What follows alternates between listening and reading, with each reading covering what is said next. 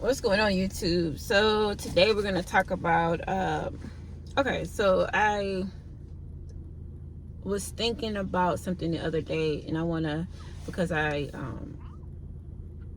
wanna shine a light on, like, no one's coming, right? So when you think someone, like, when you get into a tough situation, you have to realize that you're in that situation for a reason, right? And no one's coming. So you have to take action, like be proactive. We have to be proactive, right? um we have to. I was looking at the fires. We all know that there are, there were, I don't know if it's still going on, but there were fires that were going on in California. And a lot of people have lost their homes, and I'm deeply sorry for that, because that's devastating. That's a life-changing experience, to work hard for something that you built from the ground up, and to lose it. So you know I get it. Some people, they left their homes there. Some people stayed until they couldn't stay any longer, and then they left. But there's this one particular man, they had him on the news, and he said, they always get like fires and stuff. So he was like, yeah, he was like, what I did was how do you say it? He said, I got some retardant, and I put it on my house, on the edges of my house, and I also had some sprinklers that I bought. He said previously we had a fire that came up to the house, but it didn't burn the house, but it came up. It was like a fire brush, he said, something like that. And he said it came up. So he realized then that he had to do something. So this is previously. So when we go through things, and we learn things, and we learn different ways to be proactive, like from the experience, you learn what you learn from the experience, and you take that and you use it towards the future, which he did. After that first little fire brush, he went and bought some sprinklers, and he bought the sprinklers and he put it outside of his house. And he said that he turned those sprinklers on, and that's the thing, and his house wasn't harmed. So it's like, and he said they were cheap sprinklers, so it didn't have to be any fancy sprinklers. But the thing is, he learned something from the first experience, and he took that, realizing that no one's coming.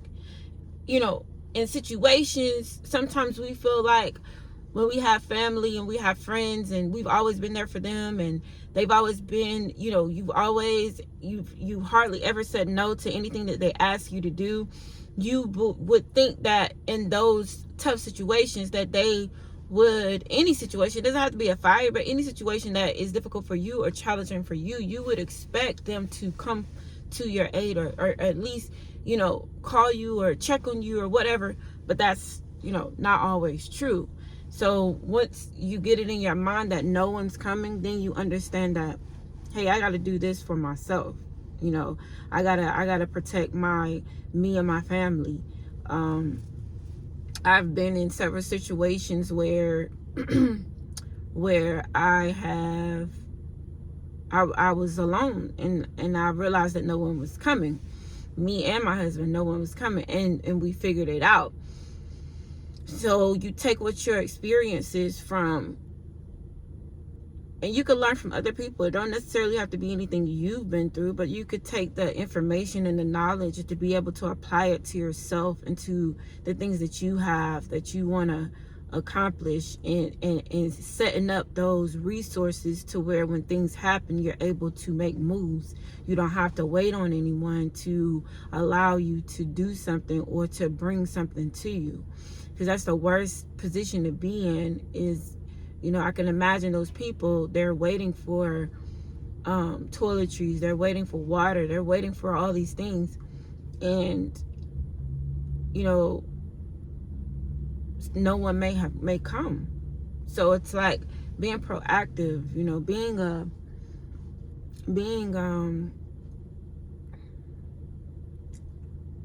I think when you're being put in these situations, and a lot of situations we put ourselves into, but when you get into those situations, having the necessary mentality, like you have to have the mentality to say, if I'm in this, I can get out of this. There's nothing that I can't do. So I think we as a people have to realize that no one's coming.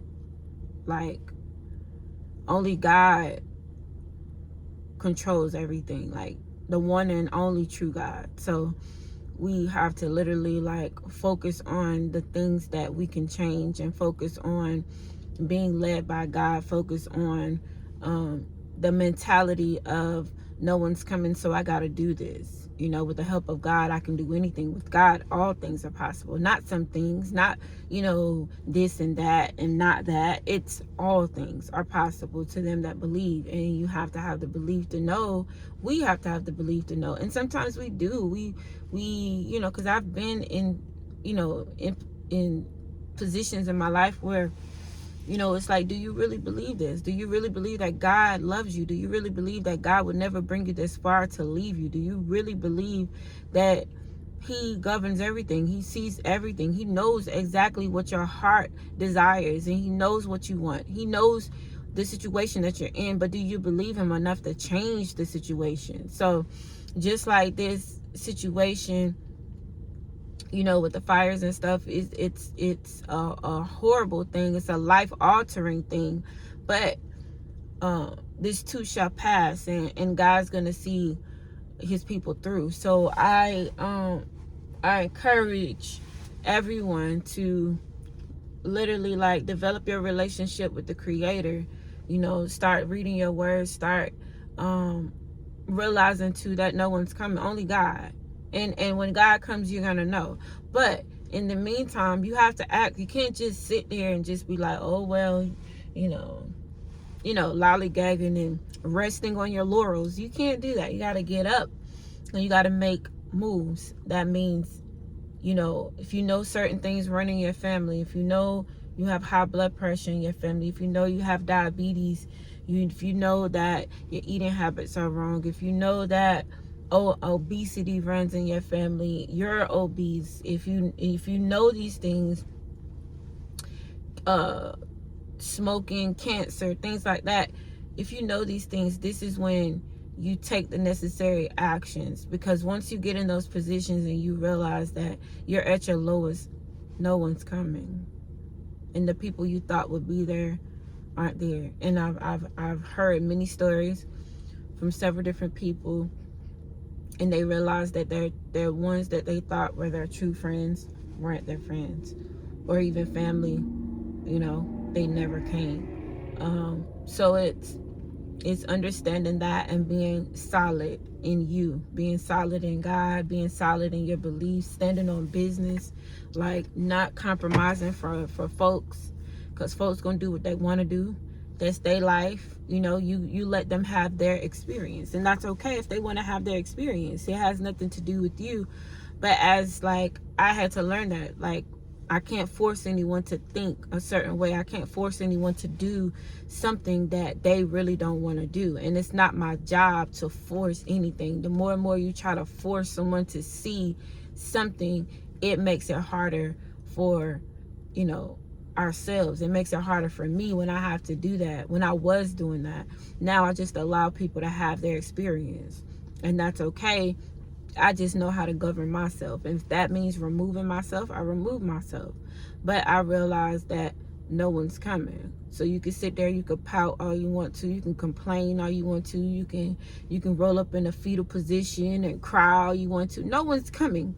So once you understand that, being proactive, getting up and saying, hey, no, this is what we're doing and this is how we're going to do it. Even if it's the wrong decision, even if it's the wrong thing to do, you learn from that. The fact that you got up and you tried to do something, that opens the door for God to bless you. That opens the door for God to come see about you. That opens the door for you to gain favor with folks, gain favor in whatever area that you need. So I'm grateful for this day. I'm grateful for my life. I'm grateful for all the things that we've experienced up until today. You know, this is a new year, 2025.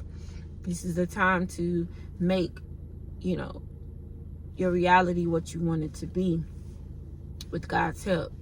So I'm grateful. That's all I have. So realizing that no one's coming for you, and you don't want to be the person that's down and living in regret, you know, living in regret and having envy and jealousy towards people because, you know, you thought they were coming and they ain't come, and they went on their way and they built their life, you know, and it's okay. But you have to govern you. You are responsible for you. You're the master of your life. You get to dictate who comes in and who goes out. So I love y'all. You all have an amazing, beautiful, blessed day. Peace.